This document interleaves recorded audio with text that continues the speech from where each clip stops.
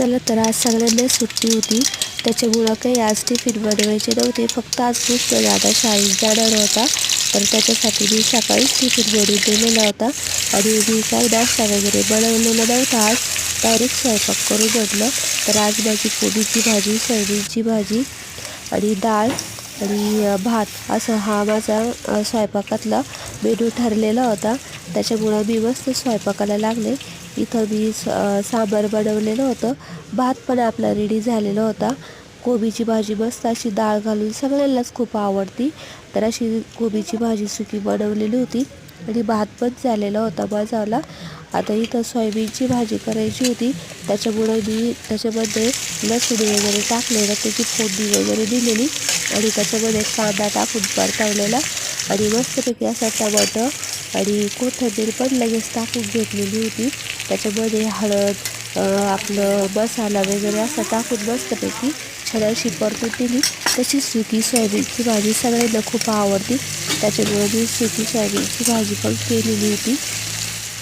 सोयाबीनची भाजी सगळ्यांना खूप आवडती, तर आपल्याला सुकी सोयाबीन खायला खूप आवडती तशी पण. आणि इथे मस्त असं मीठ वगैरे टाकून घेतलं. तर आता इथं आपली सोयाबीनची भाजी पूर्ण आता रेडी होत आली होती. मी सोयाबीन भिजायला टाकून पिळून घेतलेली होती. तर आता कढईमध्ये सोयाबीन टाकलेली परतायला, तर अशी छान सोयाबीन परतून घेतली आणि मस्तपैकी वाफायला ठेवलेली होती.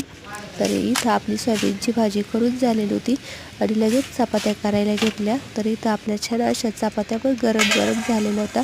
तर असं मी सगळ्यांना गरम गरम जेवायला मस्तपैकी जेवणाचं ताट तयार केलेलं होतं. सोयाबीन वाफळती इतकी छान दिसत होती, खायला खूप मजा येते. तर असं हे आपलं जेवणाचं ताट रेडी होतं. तर असं मी दुपारचं जेवणामध्ये हा सगळा मेनू बनवलेला होता.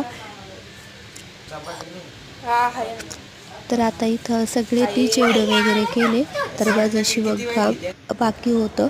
तर इकडे मी शिवायला आले. ब्लाऊज माझं अर्धं शिवलेलं होतं, अर्धं राहिलेलं होतं. तर मस्तपैकी असं सगळं घरातलं काम आवरलेलं होतं आणि दुपारचं ऊन असं खूप छान पडलेलं होतं. घरात ते थंडी वाजत होती, पण बाहेरचं ऊन खूप असं छान होतं कडक. आतमधनं मस्तपैकी मोबाईल बघत होता. हा माझा छोटासा ब्लॉग होता. भेटू पुढच्या ब्लॉगमध्ये.